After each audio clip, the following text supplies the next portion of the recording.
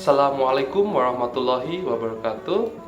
Perkenalkan, nama saya adalah Rivaldo. Saya merupakan mahasiswa dari jurusan Pendidikan Bahasa dan Sastra Indonesia, Fakultas Sastra dan Budaya Universitas Negeri Gorontalo. Pada kesempatan kali ini, saya akan menjelaskan tentang hal-hal apa saja yang ada di Provinsi Sumatera Selatan.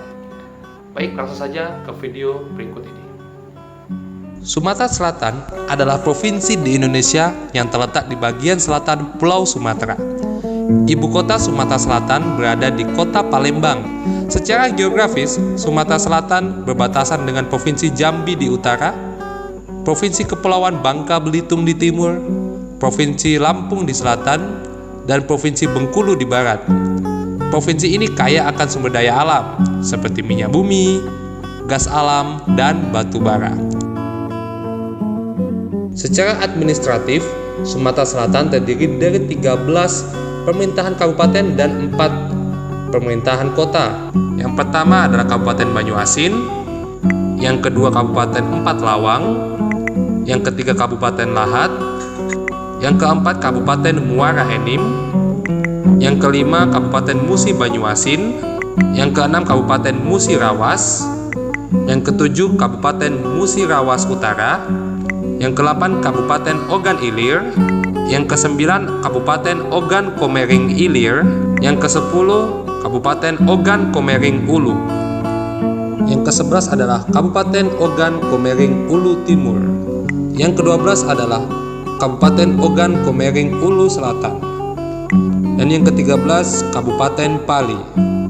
Selanjutnya adalah Kota Prabu Buli, Kota Palembang,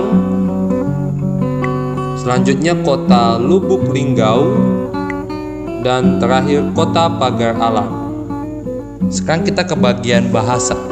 Sumatera Selatan memiliki beragam bahasa daerah, logat, dan dialek yang sangat kaya dan berbeda. Bahasa daerah yang umum dipakai dan menjadi lingua franca antar suku di Sumatera adalah bahasa Melayu Palembang. Bahasa Melayu Palembang atau bahasa Musi adalah dialek yang digunakan masyarakat di sebagian wilayah Sumatera Selatan dengan penutur asli berjumlah 3,1 juta orang. Di antara berbagai macam bahasa daerah di Sumatera Selatan, bahasa Melayu atau bahasa Palembang ini berfungsi sebagai bahasa pemersatu di Provinsi Sumatera Selatan. Yang kedua, bahasa Kayu Agung. Yang ketiga, bahasa Komering. Yang keempat, bahasa Lematang. Yang kelima, bahasa Ogan, bahasa Jawa. Yang ketujuh, bahasa Pademangan. Nah, kita sekarang ke tradisi yang masih bertahan hingga saat ini pada Sumatera Selatan, yakni tradisi rumpak-rumpak. Apa sih tradisi rumpak-rumpak? Tradisi ini merupakan tradisi yang digunakan untuk memeriahkan momen keagamaan Islam, yaitu untuk memperingati Hari Raya Idul Fitri dan juga Idul Adha. Bekawang Iwa, dalam bahasa Palembang, bekawang artinya menangkap, sedangkan iwa adalah ikan. Jadi tradisi ini merupakan tradisi menangkap ikan. Selanjutnya adalah upacara sedekah rame. Tradisi sedekah rame ini merupakan tradisi yang berasal dari Palembang. Tradisi ini dilakukan oleh para petani dengan tujuan meminta perlindungan dan anugerah kepada Sang Pencipta. Pada umumnya sedekah rame dilakukan dengan cara memanjatkan doa dan membakar kemenyan agar Tuhan Yang Maha Esa memberkati proses penanaman padi hingga panen. Nah, yang terakhir adalah upacara adat perkawinan. Di Sumatera Selatan sendiri ada beberapa upacara adat perkawinan, tapi yang paling mencolok di sini adalah upacara adat perkawinan Kayu Agung. Dalam upacara adat perkawinan Kayu Agung terdapat 3 tahapan, yakni sebelum perkawinan, tahap melaksanakan perkawinan, dan adat yang namanya tahap pan setelah perkawinan. Kita sekarang ke bagian tarian daerah. Nah, ada beberapa tarian khas dari daerah Sumatera Selatan ini. Namun yang pertama ini ada tarian daerah yang paling populer di Sumatera Selatan, yakni tarian Gending Sriwijaya. Tarian Gending Sriwijaya diciptakan pada tahun 1943. Tarian ini untuk mengingatkan para pemuda bahwa nenek moyang mereka adalah bangsa yang besar, bangsa yang menghormati persahabatan dan persaudaraan antar manusia. Selanjutnya ada tari Melati Karangan, tari Benang Setukal, tari Longgok Musi atau Kipas, tari Tampak Rebana, tari Gentasiwa, tari Putri Beskusek, dan tari Becande. Untuk makanan khasnya sendiri, kita bisa tahu bahwa di Sumatera Selatan, tepatnya di kota Palembang, ada yang namanya pempek Palembang. Ya, patutlah kita masukkan pempek Palembang ini dalam daftar kuliner khas pertama. Bukan tanpa sebab, makanan ini telah dikenal di berbagai daerah karena kelezatannya. Bahan utamanya dari tepung sagu dan daging ikan tenggiri yang dihaluskan. Kedua bahan tersebut dicampur dan ditambahkan bumbu pilihan, kemudian digoreng hingga matang. Selanjutnya ada pakaian adat. Pakaian adat yang pertama adalah pakaian adat ASEAN Gede. ASEAN Gede merupakan pakaian adat Sumatera Selatan yang melambangkan tentang pakaian kebesaran, di mana pakaian ini dulunya digunakan sebagai pakaian kerajaan Sriwijaya yang juga sebagai lambang akan keagungan kerajaan dan juga filosofi Swana Dwipa atau Pulau Emas pada provinsi ini. Kita ke rumah adat. Nah, di Provinsi Sumatera Selatan ada juga beberapa rumah adat, namun yang paling terkenal yakni Rumah Dimas. Selanjutnya, senjata tradisional. Kali ini saya akan membahas tentang senjata adat dari Sumatera Selatan. Yang pertama adalah tombak trisula. Selanjutnya adalah keris. Keris tidak hanya dikenal oleh masyarakat Pulau Jawa saja. Beberapa daerah subetnis Melayu juga mengenal senjata ini dalam budayanya, termasuk masyarakat daerah Sumatera Selatan. Selanjutnya adalah skin. Selanjutnya adalah senjata kudok. Sebilah pisau kecil yang bentuknya mirip badik Lampung. Provinsi Sumatera Selatan memiliki alat musik tersendiri atau alat musik tradisional. Yang pertama adalah alat musik tenun. Yang kedua adalah burda atau gendang oku. Yang ketiga adalah genggong. Yang keempat adalah kenong basemah. Dan yang terakhir ada gambus. Ada 12 suku yang menetap dan tinggal di Sumatera Selatan. Yang pertama adalah suku Komering.